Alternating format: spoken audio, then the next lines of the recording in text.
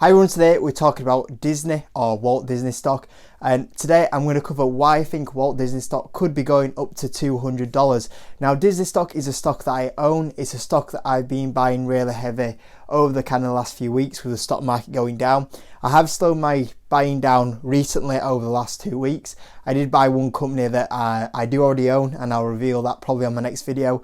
But today I'm going to cover Disney stock and if I'm going to buy some more shares and why this stock is going to $200. Now Disney is another company that's been really hurt because it's had to stop a lot of its operations, and that's meant closing a lot of the theme parks that Disney own, and as well as that it's really hurt the movie releasing because, you know, mostly a lot of the cinemas are closing down, and that's delayed to a lot of these movies that have been delayed, and that's hurting Disney as well. But the really positive thing with Disney is it's just announced a new income stream that it's kind of been releasing over the last 5 months, which is Disney Plus, and we'll be covering that in the video as well, and a lot of other reasons why it's going to be a $200 stock in my opinion. And I made a few videos in this series before. I've covered Microsoft, Apple and Facebook, why they're going to a certain price, and 2 of them 3 stocks have actually hit the prices that I made in that video since I made them last year, which was Apple stock, which went up to 250, Microsoft, which went to 150, and Facebook was only 10% off, reaching $250, which I mentioned before, which is another stock in that kind of series, and I believe that eventually Facebook will get to that price.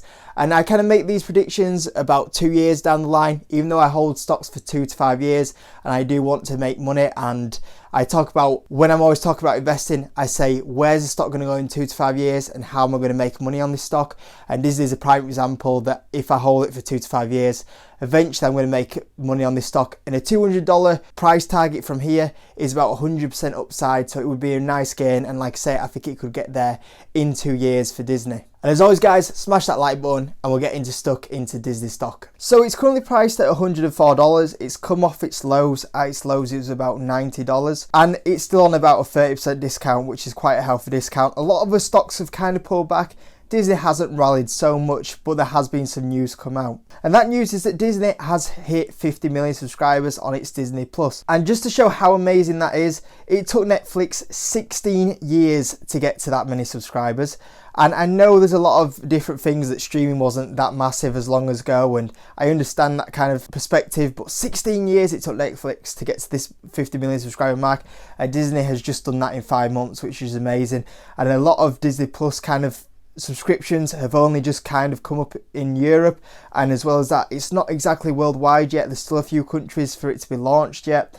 So it has been fantastic amount of growth from Disney, 50 million subscribers, and that kind of reflected with a little bit of a 7% upside in the stock last week. So there's amazing subscribers that have just come from Disney, and I cannot say this as massive as it is. This is another income stream into Disney. This is an income stream that did not exist a year ago, and with this kind of news it pushed the stock up to $150. Now the stock's come down $100 and it's at pre-Disney Plus numbers, and Disney have hit this run in because it's absolutely amazing the subscribers they've got. It's another income stream, and as well as that, I believe that Disney has the potential to overtake Netflix as the biggest streaming service and become the biggest amount of subscribers. The reason why is because it has a lot of own content. So for example, the Mandalorian series has been absolutely massive on Disney Plus. Probably some reason why people have gone and got that, but that's only like one unique show it's had for Disney Plus. Imagine when it starts making all these characters it owns and it's able to pull out a Frozen, or it could come out with a bigger Star Wars kind of series that it runs. I know the Obi-Wan Kenobi series will be on there, and that's going to pull in so many subscribers, and it has all these brands already. Netflix is trying to create its own brands, which is so much harder to do. They've been successful with a few of them, but Disney have so many brands that can pull in from aggressively buying as well over kind of last kind of year, 2 years, other brands as well. They have so many brand advantages over Netflix, and the pricing structure as well is fantastic. And another income stream that they can pull off this, and what Netflix don't do as much, is they will be able to push the merchandise in a lot of the stores as well, and that'll also push into the theme parks as well.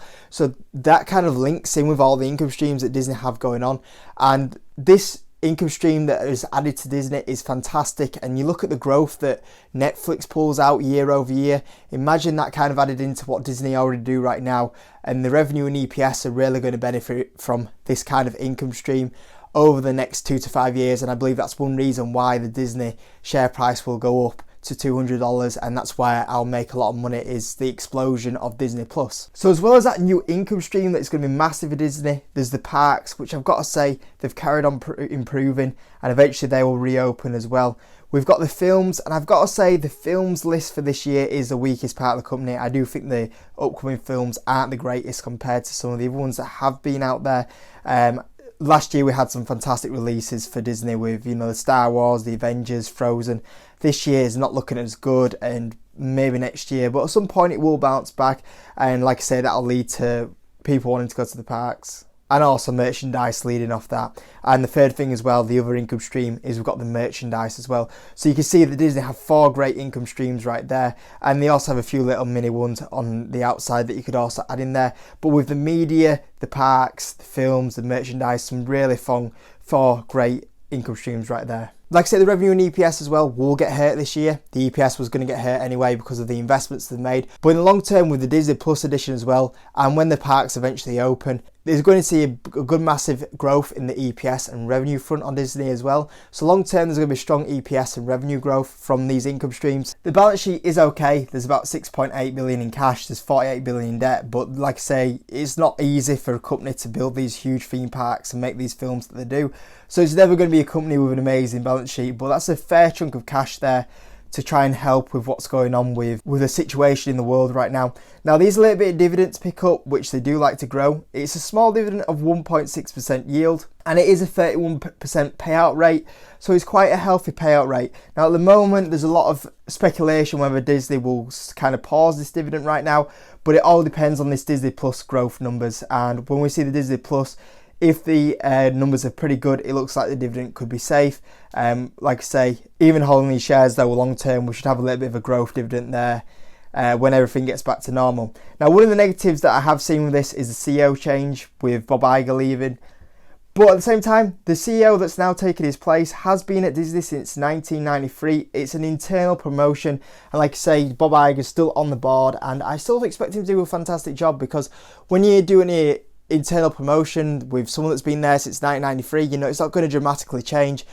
He knows the company in and out, and it's going to, I think that the Disney will be totally fine with the kind of CEO change, and I think that's kind of being overblown right now. And like I say, with an internal promotion, you've still got all them board members around you that have been there, so I see that totally being fine for Disney in the long term. So overall, with the past few years, we've seen Disney do fantastic with just the parks, with the merchandise, with the films, and now imagine a 4th income stream added in there, an income stream which has been perfectly timed. Like, if you're going to put an income stream of a streaming service in, do it when everyone's at home. Fantastic timing. So I see some fantastic numbers coming out with this new income stream. And to have a company with a moat like this, how hard is it for a company to come in this space and knock them off? It's going to be really tricky, and I see Disney a safe company that will get through this, and in the long term, with this new massive growth sector that they've entered, I think they're going to dominate that area as well. So the streaming service for me, with the brands, with the shows they're able to put out, is going to be fantastic for Disney. And like I say, where I'm going to make money in Disney in 2 to 5 years, the streaming side will explode. I'm sure the films will do really well. We're going to see some strong releases. That'll lead to merchandise sales and people wanting to go to the parks. And in the long term, like I say, Disney, $200, I see it in 2 years, to be honest with you. 5 years down the line, if you're holding this company long term, I could see us in 5 years starting to push that $300 mark, which would be absolutely fantastic. So for me, a really strong long-term hold. And will I buy more shares in this? I am thinking potentially when the stock market opens up on Monday, even though the stock market has gone up slightly and there's potential for a pullback, I might just nibble at a few more shares, because at $100, Disney, with all this going on, seems like quite a big bargain with a lot of upside. So on Monday, I am tempted to buy a few more shares in Disney. I'm going to see and wait and see what happens with the stock market. Depends what happens in pre-market and if it's going to get taken down. But I'm tempted to just buy a few more Disney shares when the market opens on Monday. But at the same time, I'm still going to hold some cash in case the stock market goes down going forward. But I thought I'd update you with this and talk about Disney stock. And as always, guys, smash that like button, subscribe if you haven't. I'll see you in the next video.